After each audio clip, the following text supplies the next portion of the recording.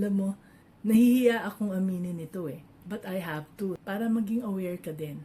Ikaw ba ay kapareho ko na when something bad happens to rich people, iisipin mo automatically na okay lang yon, mayaman naman kayo. Like when a Taipan was being harassed by the BIR for tax evasion and the media was feasting on this issue.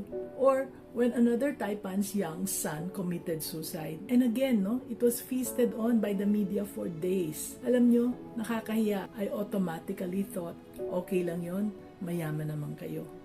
But earlier this year, nung pinasukan kami ng magnanakaw, they broke into one of our stores and wiped out everything that we have worked so hard for many years. Nung nakita namin yung mga litrato splashed all over the news, it was very traumatic for us. My family and I, including some of our very, very dear employees, hindi kami makatulog for so many weeks. Hindi namin ma-imagine, pabalik-balik yung mga images sa aming mga utak. At hindi namin ma-imagine how people could be so heartless. Yung mga magnanakaw, yung mga nagbabantay sa mall, at saka yung mga some people in government. How can they permit these things to happen?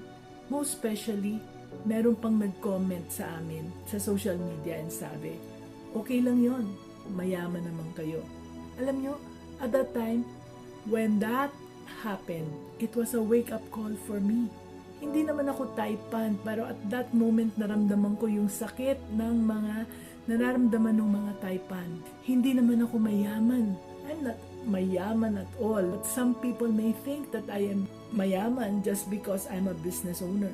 Okay lang yon, mayaman naman kayo. Yun ang automatic belief na most of us have, myself included. Ang akala natin, just because business owners seem to have more money, they deserve to have family problems. They deserve to be robbed, to be cheated, and to be harassed by everyone. And it's okay. Dahil sa isip nila, okay lang yon, mayaman naman sila.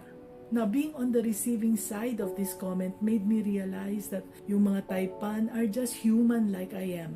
Sila ay nakakaramdam din ng pain. Even, maybe so, because yung pain nila baka mas intense pa kaysa sa naramdaman ko. They too are traumatized, And because of the insensitivity of the people like me, they may even undergo more trauma because of the comments that we make. Alam nyo, maybe hindi kayo Taipan or maybe hindi kayo businesswoman like me. But I'm sure that you have people around you who see you as having more money than they do, right?